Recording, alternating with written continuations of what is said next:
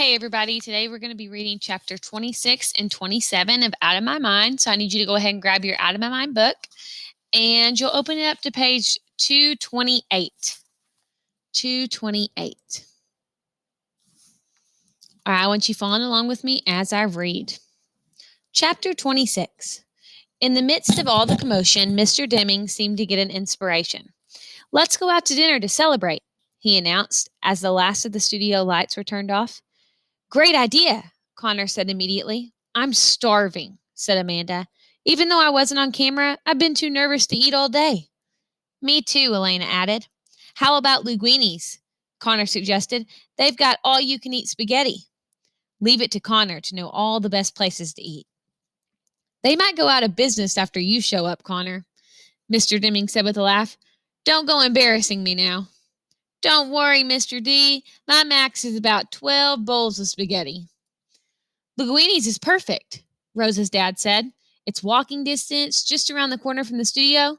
These kids deserve a special night out." I looked at Mom, not sure if this was a good idea. Then Elena walked over to me and said, "You'll come too, won't you, Melody?" "Yeah, Melody," Rose added. "Come with us. You did really great tonight." "We couldn't have won without you," Connor said as he buttoned up his coat. Their words made me feel like one of the helium balloons that some families had brought.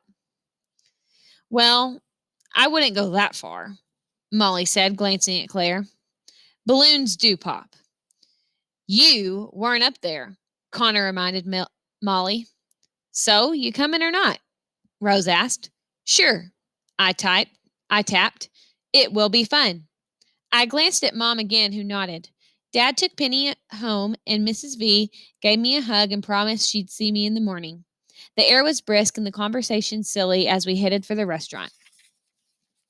"How many windows do you think are in that office building?" Connor shouted, pointing to the tallest one we could see. 5,274, Rose answered. "Man, you're good," Rodney said. "How did you know that?" "How do you think I got on the quiz team?" Rose told him. "I've got smarts." "She's just guessing," Molly told Rodney. "You believe anything." The restaurant had been in the location for years. The outside entrance was designed to look like a bistro from a small Italian village. Painted grape leaves and tiny white lights decorated the bricks around the door. When Connor's dad opened it for everyone to enter, Connor and Rodney bounded up the steps. The steps. 5 stone steps led upstairs to the dining area. Everyone, including Mr. Deming, rushed past me and Mom. Finally, Connor's dad, the last to go up, looked at me, looked at the stairs, and the light bulb came on. Do you need some help?" he asked. He was large, like his son. I bet he could swallow a few bowls of pasta as well. Mom replied, "Would you be so kind as to ask an employee where their wheelchair ramp is located?" As if glad to have something to do, Mr. Bates dashed up the steps. Mom and I sat there in cold, alone. A waiter dressed in black rushed down moments later. "I am so sorry. We have an elevator in the back, but it went on the fritz this afternoon. The technician is coming to fix it first thing in the morning." "That's not going to help us tonight, is it?" Mom told him. Her voice was tight, but not angry. "I'm glad to help you carry her up the steps," he offered. "No," I tapped. My eyes begged Mom. Mom told him, "Just hold the door for us, young man. We'll be fine." He did just that. He turned her back to the stairs, got a good grip on my chair, tilted it back slightly, and took a deep breath. I was so glad we decided on the manual chair this morning. Mom gently rolled the back wheels up the edges of the first stone steps. Pull, roll up, bump, first step. Pull, roll up, bump, second step. Pull, roll up, bump, third step. She paused and took another breath. We had done this before, many times. Pull, roll up, bump, fourth step. Pull, roll up, bump, fifth step. Then we finally rolled into the dining room, which was crowded with noise, laughing customers. "Over here, Melody," Mr. Deming called as he saw us. Mom led me over to our very large table, and I was relieved to see that the group had left a spot for me. With all the kids on the team plus their parents, we took up a big chunk of the table space in that place. In some restaurants, the tables are too low for my chair, but this time I was able to slide perfectly into place. Mom helped me take off my coat, then sat in the seat next to me. She gulped the water from her glass and asked for a refill. The waitress began to take orders. Rodney and his parents ordered a large mushroom and onion pizza. We're vegetarians, Rodney explained. I had no idea. Can I get a steak, Dad? Connor asked. His dad clapped him on the back. Sure, I think I'll have one myself. For this one night, you get anything you want. Connor's eyes got large. A whole chocolate cake? You'll barf, boy, his dad replied. I want the pasta delight, Rose told the waitress, with extra cheese. Me too, said Amanda. May I have the spaghetti and meatballs, please? Elena asked. Claire and Molly both ordered lasagna. When the waitress got to me and Mom, I was ready. I'll have mac and cheese, please, I made Elvira say. The waitress looked a little surprised since most of the machine was tucked under the table. But she was cool and acted as if she got orders from MediTalker every day. Sure, hun, coming right up. You want some salad with that? No, thanks. She gave me a real big smile, then took Mom's order. Only my mom would order baked fish at an Italian restaurant. As we waited for our food, the cheerful mood continued. Our tables were covered with white paper instead of tablecloths, so everybody, including the adults, had been given crayons and markers. Look at this. I drew a giant monster rabbit, Connor said. He glanced at Rose's drawing, then added large green teeth to his own. And it's going to eat that wimpy bug you just drew, he told her. Rose laughed. Well, this is a poisonous spider, and it's going to bite your silly old rabbit. Rodney and Connor then lined up all the salt and pepper shakers and started tossing sugar packets over the barricades with forks and spoons at catapults. But I noticed that Claire, who was sitting next to Rodney, was strangely quiet and didn't even pick up a crayon. Engage the enemy, Connor cried. Score! You weren't even in my territory, man. Besides, you tossed the pink fake sugar stuff. You only get a half a point for that stuff. I sat and watched my teammates do such ordinary things, drawing, laughing, teasing, joking. I really tried hard to look like I was having fun too, but all I wanted to do was go home. When the waitress finally brought the food, forks became important for eating, and the war ended suddenly. Conversation slowed down as everybody dug into their meals. Connor took a bite of his steak. This is the bomb, he said with his mouth full. Mom's fish looked a little, fishy as she picked at it with her fork. She and I were thinking the same thing, I knew. My food sat untouched in front of me. Our family goes out to restaurants every once in a while. Actually, Penny is more of a problem in a restaurant than I am because she's wiggly and excitable and she's likely to throw her peas on the floor. Usually, eating out doesn't bother me. Mom and Dad take turns spooning food into my mouth, and I ignore anyone who is rude enough to stare. But this was different. At school, I eat in a special area of the cafeteria with the other disabled kids. The aides put bibs on us, feed us, and wipe our mouths when we're done. With the exception of that sip of Coke at the competition, nobody on the team had ever really seen me eat. Rather, be fed. I didn't know what to do. My food sat there getting cold. I looked at Mom. She looked at me. She picked up the spoon and looked at me with a question on her face. I nodded. Very carefully, she placed a spoonful of pasta in my mouth. I swallowed, and I did not spill. I saw Molly poke Claire, and they exchanged looks. Mom spooned one more portion into my mouth. I swallowed. I did not spill. We continued, one spoonful at a time. I was so hungry. Nobody said anything, but I saw them look down at their plates with way too much attention. It got quiet. Even Connor stopped talking. Finally, even though my plate was still full, I pushed it away. Would you like to take this home, Melody? Mom whispered. I nodded yes. Hugely relieved, and she signaled for the waitress, who also brought dessert menus. Being reminded of cake and ice cream cheered up Connor, who did not order a whole chocolate cake, but did order 2 slices. Rodney ordered apple pie, while Rose asked for pudding. Claire ended up taking her food home in a box as well. She had eaten almost nothing and barely said 2 words all evening. So, what did you think about the final question? That was too hard, Rodney said. Piece of cake, Connor replied, laughing at his own joke. He smeared whipped cream over his second piece of cake. Did you see the hair on that announcer? Amanda teased. It never moved. Must have been made of plastic, Rose said, laughing. What are you wearing to the DC competition? Rose asked Claire. Claire just shrugged. I wonder if we'll get to visit the White House while we're there, Amanda mused. That would be awesome.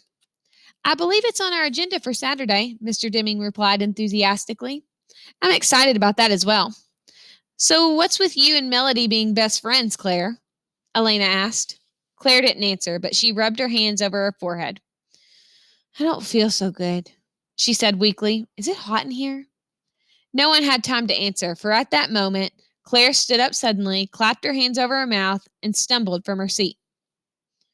Are you okay? Mr. Deming asked. Before he could finish the question, Claire threw up all over his new shoes. Oh, gross, Connor said, obviously trying not to laugh. Poor thing, Rose said. Whoa, what a stink, man. Rodney covered his nose. Claire's mom rushed her to the bathroom. Mr. Deming rushed out as well, I guess to clean off his shoes. I wondered if Claire felt as embarrassed as I had while Mom was feeding me. Our little victory celebration was clearly over. Parents gathered coats and checks and paid their tabs. Claire returned from the restaurant looking pale. No one mentioned the incident. We all headed for the steps. I thought. Claire gets sick in the middle of a crowded restaurant, yet I'm the one everyone looks at sideways. They all had to wait for me and Mom. We took our time. Push gently, roll down, bump, top step. Push gently, roll down, bump, next step. Push gently, roll down, bump, third step. 5 bumps down to the bottom of the steps, and I was still so hungry. Chapter 27. The next morning, Mom bounds into my room holding a newspaper. Good morning, my rock star. She greets me. Guess what? Rock star? She's tripping. I turn to look at her. My face says, what? You're famous. Huh? She gets me out of bed, straps me into my chair, unplugs the Meditalker from the charger, and hooks me up. Then she places the morning paper on top of it. There I sat, plastered on the front page of the newspaper, in color. Wow, I type. The article is all about the team winning the competition, but yours is the only picture they use. Interesting. Why me? Mom smiles quickly. Because you are unique and wonderful and lots more interesting than ordinary 5th graders, I guess, she said. The whole article seems to be focused on you. Team kids won't like that, I typed. I'm sure they'll be happy for you, sweetheart. No, they won't. Here, listen to this. She reads me the article. Spalding Street Elementary talented academic team of 5th and 6th graders won the local Whiz Kids competition last night by a score of 86 to 85. With stunning skill and knowledge, they answered questions far above their grade level to defeat 7 other teams. Make us sound smart, I tap. And so you are, Mom replies. Math questions make me sweat. I get clammy under the arms just thinking about it. Mom continues. Oh, here's the part about you. Listen to this. One outstanding member of the Spalding team is Melody Brooks, an 11-year-old who has been diagnosed with cerebral palsy. In spite of her physical challenges, Melody's quick and capable mental abilities were able to shine as she led her team to victory. They will hate me, I typed glummy. Butterscotch, who still sleeps in my room, nuzzles my hand. She always seems to know how I feel, but it doesn't help this time. Oh, don't exaggerate. I think it's a lovely article, and your friends should be proud. You don't get it. Mom ignores me and proceeds to get me ready for school. 2 blue t-shirts, one to wear and one to pack, just in case. 2 pair of pants. She never picks out jeans. I decided not to argue. I have a feeling it is not going to be a good day. What a great photo of you. I'm going to make sure I get extra copies of this paper. She chatters cheerfully as she tugs on my socks before putting on my sneakers. I've got to make sure everybody at work sees this. Dad had finished dressing Penny, so he brings her into my room. When Penny notices my picture in the paper, she drops Doodle and shouts, Dee! She picks up the paper and kisses it.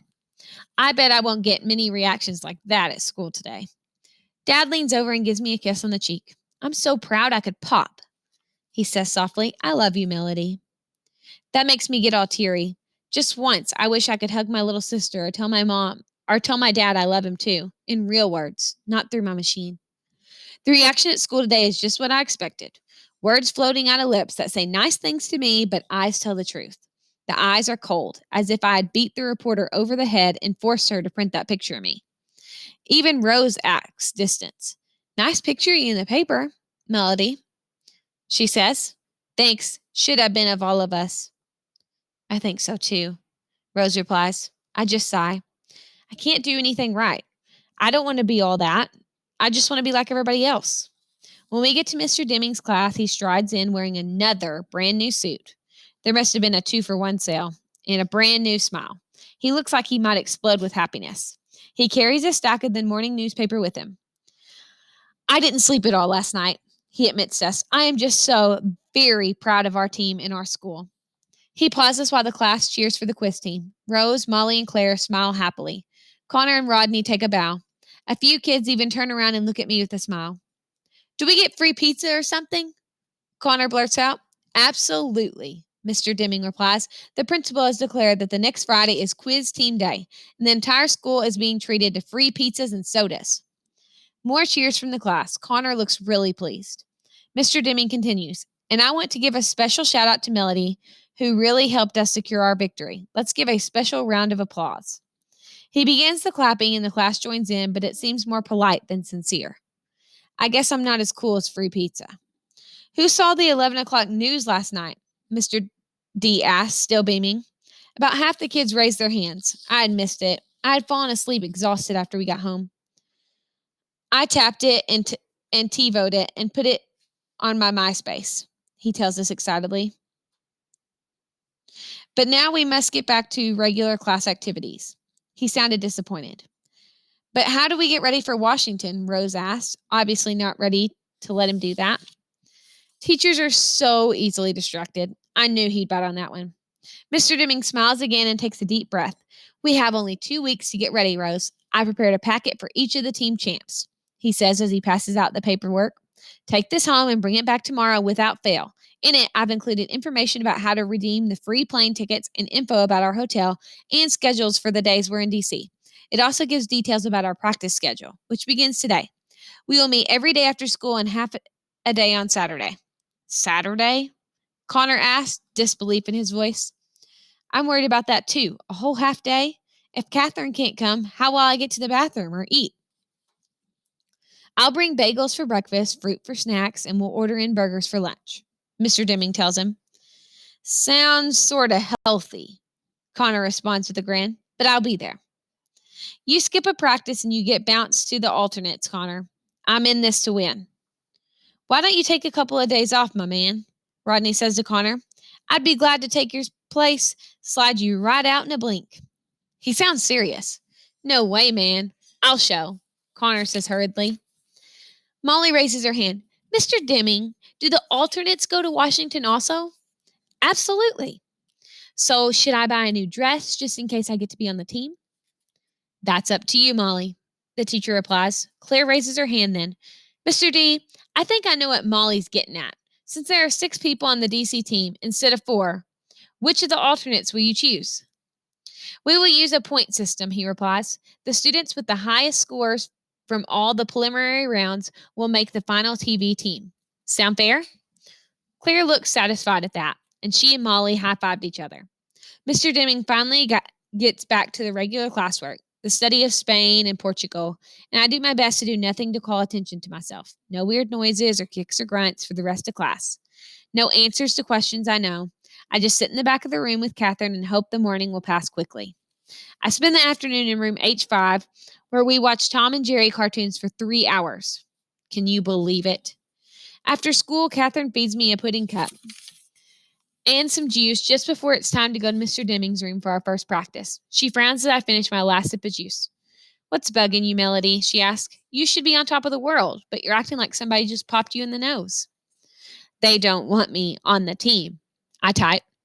That's ridiculous. You were the star last night. That's the problem. Without you, they would not have won. They are scared of me, I try to explain. They think I look funny. You never let that bother you before, she counters. It's hard to put my feelings into words that will come out right on my talker. I know the other kids are uncomfortable with me on the team. There's no other way to put it. My presence was cute at first, maybe okay for a local competition, but for the big game on national television, that's different. I'll make them stand out, and not in a good way. I start typing again. I make them look. I hesitate, then type in weird. You're the smartest person on the team, Catherine explains. I drool. So pack a box of tissues. I make funny noises. And Connor farts sometimes. I have to smile at that. No more of this feeling sorry for yourself, young lady. Let's get down to Mr. D's room and kick some butt. Okay, let's go. I type. We roll down to the room and I hold my head high. Well, at least as high as I can when it isn't wobbling around. Nobody says anything more about the newspaper article, and practice goes on as usual. I answer most of the questions correctly, and by the time Mom picks me up, I feel a little better. But I do notice Rose and Claire and Molly whispering together as I leave. It could be about a new music video or a shopping trip to the mall. Or it could be about me. And that is the end of chapter 27.